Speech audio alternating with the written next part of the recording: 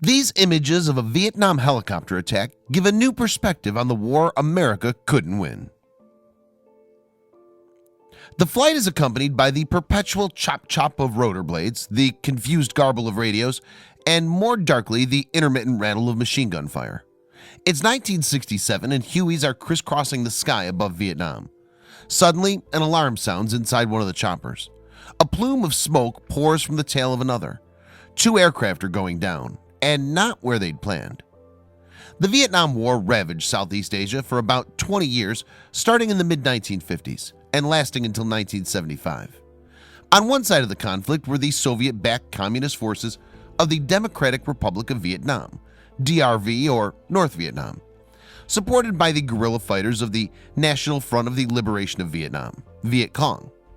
On the other side was the Republic of Vietnam, South Vietnam, backed militarily and ideologically by the United States.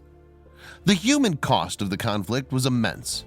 More than 1 million North Vietnamese are believed to have perished in the war, along with 230,000 South Vietnamese and more than 58,000 Americans. The following images illustrate the everyday horrors encountered by U.S. helicopter crews during the fighting. Since their invention near the start of the 20th century, helicopters of increasing sophistication have enhanced our society's ability to communicate and travel. In warfare, helicopters act not only as mobile attack units, but fulfill the key functions of medical evacuation, search and rescue ops, and a myriad of other tasks.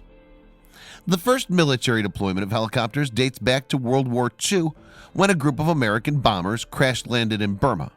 Since gliders were unable to get to the crews, they were evacuated using choppers instead.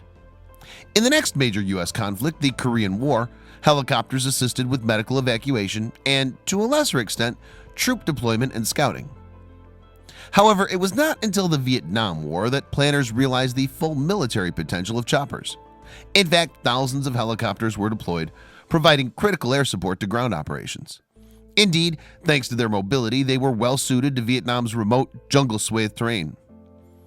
Indeed, the Vietnam War was a helicopter war, according to the Vietnam Center and Archive, a Texas Tech University project dedicated to documenting the American-Vietnam experience.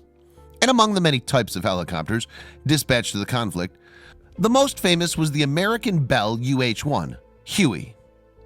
To some extent, Francis Ford Coppola's film Apocalypse Now immortalized the Huey. Indeed, his depiction of the helicopter soaring into combat to Wagner's Flight of the Valkyries is one of the cinema's most memorable scenes. But as one vet writing for Vietnam Magazine in 2016 pointed out, the reality of helicopter warfare was quite different. The truth inevitably is more compelling, more complicated, and extremely more dangerous, wrote Jerry D. Morlock. Indeed, the grainy footage that supplied the images for this article might not have been as dramatic as Apocalypse Now, but it is brooding and unnervingly tense. Shot between February 26th and February 28th, 1967, near the coast of Quang Ngai Province, it depicts UH-1 Hueys and CH-47 Chinooks in combat during Operation Pershing. The footage, shared on the YouTube channel of video publisher Jeff Quitney, is accompanied by the narrated words of Army Specialist Mike Baker. Baker was initially assigned to American Forces Radio and Television in Iran. Those orders were subsequently revoked, however, and he was sent to the Department of Army Special Photographic Office, DASPO, to serve in Vietnam instead. Before the Vietnam conflict, infantry soldiers have always been called upon to march into war, says Baker in the footage. But now, with the new concept of air mobility, units of the 1st Cavalry Division Air Mobile and other military units in Vietnam are airlifted into battle by helicopter. Baker goes on to describe the careful coordination involved in executing the air cavalry attack, captured by his cameraman. The first phase involves scouting for Viet Cong and low-flying Hueys and other reconnaissance vehicles. After the selection of a landing zone, LZ, the coordination and planning is completed, said Baker. When the operation is to begin, the LZ is prepared by a combination of ordnance. The assault on the LZ begins with strike by Chinook helicopters. The strike only lasts for 5 minutes, but is intense and indiscriminate. After the Chinook strike comes an artillery bombardment, and then follows the most vital phase of the operation, landing the soldiers.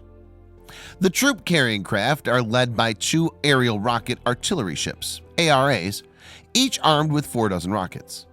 They fire into the landing zone after the final artillery rounds are fired, but keep back half of their firepower to face down any additional enemies. While ground troops set down, they hover nearby. Now that the LZ has been severely pounded and softened by the artillery and airstrikes of many different kinds, the infantry units enter the LZ with the secure knowledge that the initial landing will be secure from the sights of the elusive enemy's weapons, said Baker. Such a concept of air mobility tactics would fail without the coordination, the planning, and timing. However, the operation was far from trouble-free. Towards the end of the footage, it becomes apparent that one of the helicopters had been hit. In fact, Baker himself had been riding in that chopper.